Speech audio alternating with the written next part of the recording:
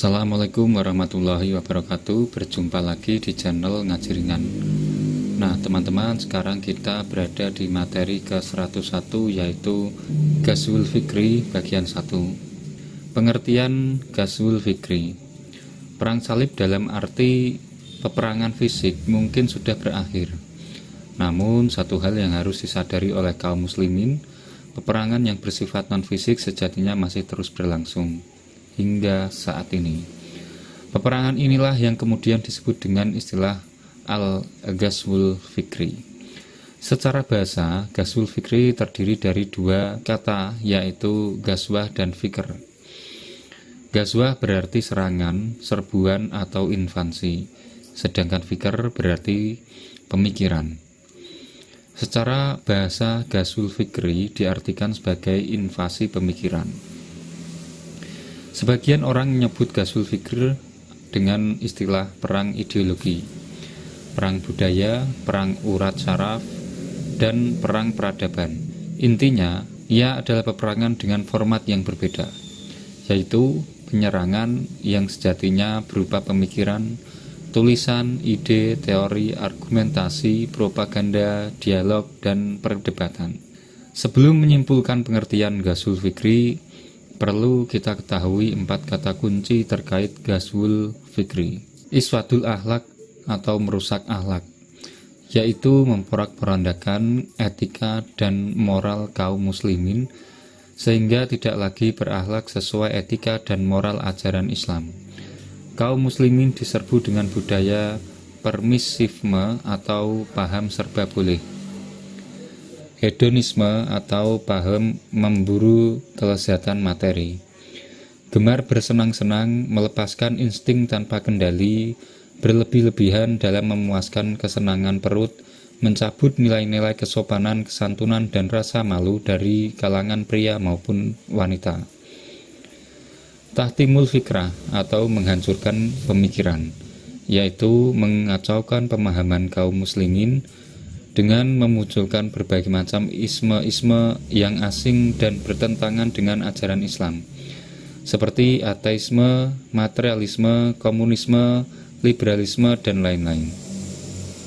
Idzabatus saksyah atau melarutkan kepribadian, yaitu menggoyahkan sikap hidup kaum muslimin sehingga enggan beramar ma'ruf nahi munkar dan bahkan bersikap mujamalah atau basa-basi, toleran atau ikut-ikutan pada orang-orang yang menyimpang dari nilai-nilai ajaran Islam.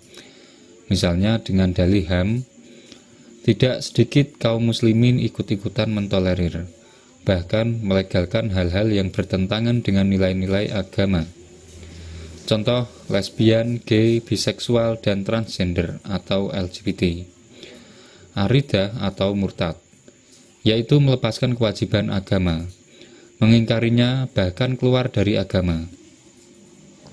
Target dari Ghazwul Fikri ini adalah berubahnya pribadi-pribadi muslim sehingga menjadi orang-orang yang memberikan al-wala'u lil kafirin atau loyalitas, kesetiaan, dan kecintaan pada orang-orang kafir. Menurut Ali Abdul Halim Mahmud, Ghazwul Fikri merupakan suatu upaya untuk menjadikan 1. Bangsa yang lemah atau sedang berkembang tunduk pada negara penyerbu. 2. Semua negara Islam khususnya, agar selalu menjadi pengekor setiap negara-negara maju, sehingga terjadi ketergantungan di segala bidang. 3. Semua bangsa-bangsa Islam khususnya mengadopsi ideologi dan pemikiran kafir secara membabi buta dan serampangan, berpaling dari manhaj Islam, Al-Quran, dan Sunnah. 4. Bangsa-bangsa mengambil sistem pendidikan dan pengajaran negara-negara penyerbu. 5. Umat Islam terputus hubungannya dengan sejarah masa lalu, sirah nabiyah, dan salafus saleh. 6. Bangsa-bangsa atau negara-negara yang diserbu menggunakan bahasa penyerbu. 7. Ghazwul Fikri adalah upaya melembagakan moral, tradisi, dan adat istiadat bangsa penyerbu di negara yang diserbunya. Sejak awal, Islam telah memperingatkan kaum muslimin agar waspada terhadap orang-orang kafir dan munafik yang selalu berupaya menyesatkan mereka. A'udzubillahi minasyaitonirrajim. Bismillahirrahmanirrahim. Wadu lau takfuruna kama kafaru fatakununa sawa'an fala tattakhidu minhum awliya'a hatta yuhajiru fi sabilillah. Mereka ingin supaya kamu menjadi kafir sebagaimana mereka telah menjadi kafir, lalu kamu menjadi sama dengan mereka, maka janganlah kamu jadikan di antara mereka penolong-penolongmu, sehingga mereka berhijrah pada jalan Allah. Quran Surat An-Nisa, Quran Surat keempat ayat 89. Dari uraian di atas dapat kita simpulkan pengertian Ghazwul Fikri adalah serangan pemikiran, ide, budaya, dan propaganda yang dilancarkan suatu bangsa atau peradaban kepada bangsa atau peradaban lain sehingga mengalami kelemahan mental dan dapat dikuasai untuk kepentingan mereka. Tahapan Ghazwul Fikri. Ghazwul Fikri yang dilancarkan oleh musuh-musuh Islam dilakukan secara bertahap melalui 3 fase. Pertama, fase al-inhilal, yaitu fase degradasi kekuatan kaum muslimin.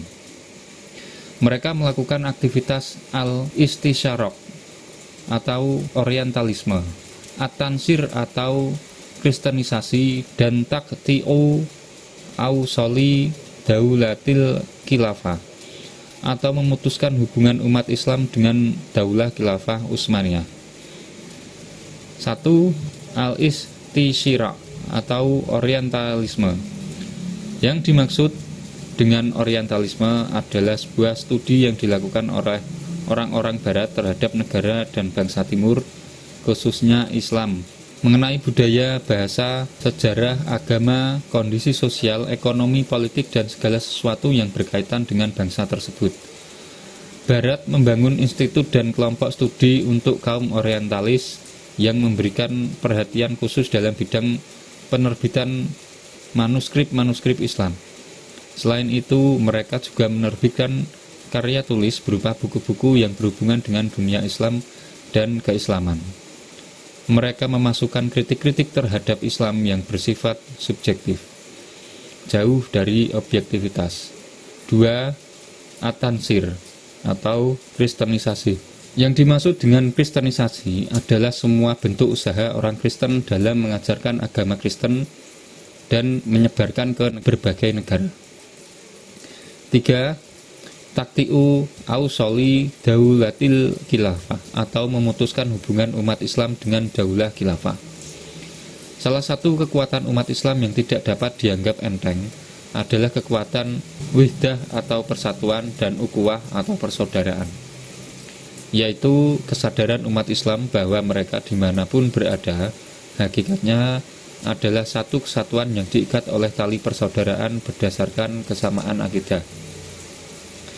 Simbol persatuan umat Islam tersebut adalah lembaga daulah khilafah.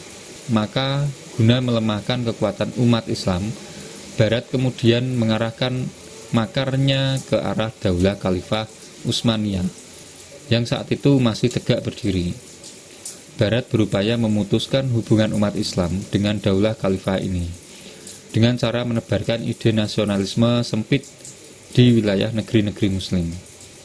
Kedua, fase al-ihtilal, yaitu fase pendudukan, perampasan atau penjajahan terhadap umat Islam. Barat terus melanjutkan aktivitas al-istisyaraq atau orientalisme dan at-tansir atau kristenisasi, juga berupaya melakukan faslud dini anid daulah atau memisahkan urusan agama dari kenegaraan. Nasrul Qaumiyah menyebarkan paham nasionalisme atau kebangsaan, dan isqatul khilafah atau meruntuhkan khilafah.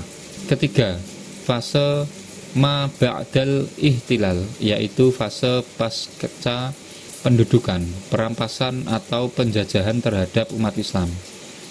Bisa dikatakan pula fase setelah runtuhnya khilafah Utsmaniyah terjadi at-taghyir atau perubahan yang demikian besar di dunia Islam, yaitu perubahan siasi atau politik, ijtimai atau sosial atau kemasyarakatan, dan kuluki, moralitas.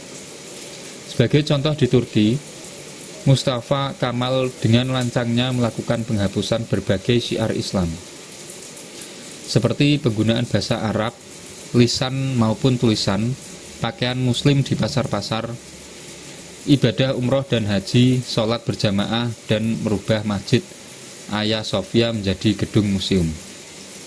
Kamal juga memaksa penduduk Turki memakai topi ala Eropa dan melarang mereka memakai tarbusi atau songkok dan surban Turki, serta melarang pemakaian hita dan ighal, jenis ikat kepala yang menjadi ciri bangsa Arab. Gempuran al-istishraq atau orientalisme, atansir, kristenisasi, al-ladiniyah atau sekularisme, al-kaumiyah atau nasionalisme atau kebangsaan, dan tagrib semakin deras. Dunia Islam begitu terpuruk. Virus-virus pemikiran ini masuk ke berbagai bidang kehidupan kaum muslimin, diantaranya melalui pendidikan, media, dan perumusan undang-undang. Kondisi ini mengingatkan kita kepada hadis Rasulullah SAW, yusiku an tada'a alaikum umamu kama tada'a akalatu ila fat'atiyah awamin kilati biya yauma idin ya Rasulullah qala bal innakum yauma idin kasiruna walakinnakum gusaun kahusai sail faqad nazala bikumul wahnu kila wamal wahnu ya Rasulullah qala hubbud dunya wa karahiyatul maut. Kamu akan diperebutkan oleh bangsa-bangsa lain sebagaimana orang-orang berebut melahap isi mangkok. Para sahabat bertanya, apakah saat itu jumlah kami sedikit ya Rasul? Beliau menjawab, tidak, bahkan saat itu jumlah kalian banyak sekali, tetapi seperti buih air bah, dan kalian ditimpa penyakit wahan. Mereka bertanya lagi, apakah penyakit wahan itu ya Rasul? Beliau menjawab, terlalu cinta dunia dan takut kepada mati. Hadis riwayat Abu Daud. Itulah tadi teman-teman semuanya materi ke-101, yaitu Ghazwul Fikri bagian 1. Mudah-mudahan semuanya bermanfaat. Mohon maaf bila ada kesalahan kata atau pemilihan bahasa yang kurang tepat saya akhiri. Wallahu muwaffiq ila aqwamit thoriq. Wassalamualaikum warahmatullahi wabarakatuh.